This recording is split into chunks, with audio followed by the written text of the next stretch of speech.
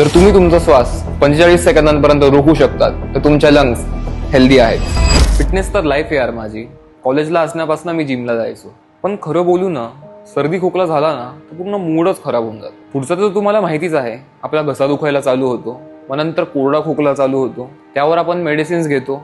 मेडिसिन्सने temporary relief तर भेटतो, पण पुन्हा खोकला चालू होतो। त्यानंतर एनर्जी ही डाऊन होऊन जाते आणि पूर्ण रुटीनच खराब होऊन जातो। गेली 2 महिने मी रेग्युलरली जिम मिस करतोय, कारण बाहेर इतकी धूळ, पोल्युशन आणि त्यामुळे डायरेक्ट खोकला ट्रिगर होतो। आणि ॲलोपॅथी घ्यायलाही मला पटत नाही, कारण त्याने झोपही खूप येते आणि पोटही खराब होतं। त्यामुळे मला माझ्या डॉक्टरने एक नॅचरल आणि इफेक्टिव्ह सोल्युशन सजेस्ट केलंय, आयुसास अडुळसा। ह्या सिरपने माझा रोजचा स्ट्रगल खूप कमी केला।